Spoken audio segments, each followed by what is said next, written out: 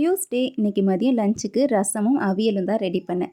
அவியலுக்கு காய்கறியை எப்போவுமே பெருசு பெருசாக தான் கட் பண்ணணும். சின்ன சின்னதாக கட் பண்ணோன்னா காய்கறி குழஞ்ச மாதிரி ஆயிரும். கேரட்டையும் பீன்ஸையும் ஃபஸ்ட்டு கட் பண்ணிவிட்டு அதில் கொஞ்சமாக தண்ணி சேர்த்துட்டு அது கொதிக்கிறதுக்கிட்டேயும் மற்ற காய்கறிலாம் கட் பண்ணிடுவேன்.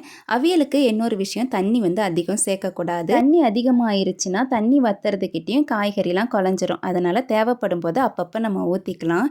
அவியலுக்கு எல்லா காய்கறியுமே போடலாம். உருளைக்கிழங்கு, வாழைக்காய், முருங்கைக்காய், கத்திரிக்காய் இது கண்டிப்பாக இருக்கணும். அப்போ தான் டேஸ்ட்டாக இருக்கும். இப்போ இதுக்கு தேவையான அளவு உப்பும் மஞ்சத்தூளும் போட்டு இதை மூடி போட்டு வேக வைக்கணும். காய்கறி பாதி வெந்ததுக்கப்புறமா முருங்கைக்காவும் பெருங்காயத்தூளும் போட்டு திரும்பியும் வேக வைக்கணும். காய் நல்லா வெந்ததுக்கப்புறமா தேங்காய், பச்சை மிளகாய், பெருஞ்சீரகத்தை கொரன்னு அரைச்சி சேர்க்கணும். இது கூடவே தேங்காய் எண்ணெய் ஊற்றிட்டு இதை மூடி போட்டு ஒரு 2 நிமிஷம் வேக வைக்கணும். கடைசியாக தயிர் போட்டுட்டு 1 நிமிஷம் மட்டும் வேக வச்சா போதும்.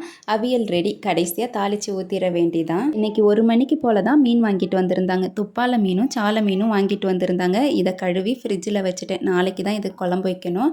இன்றைக்கி ஈவினிங் நாங்கள் எங்கள் அண்ணி வீட்டுக்கு கிளம்பி போயிட்டோம். நைட்டு அங்கேயே ஸ்டே பண்ணிவிட்டு அடுத்த நாள் காலையில் தான் வந்தோம்.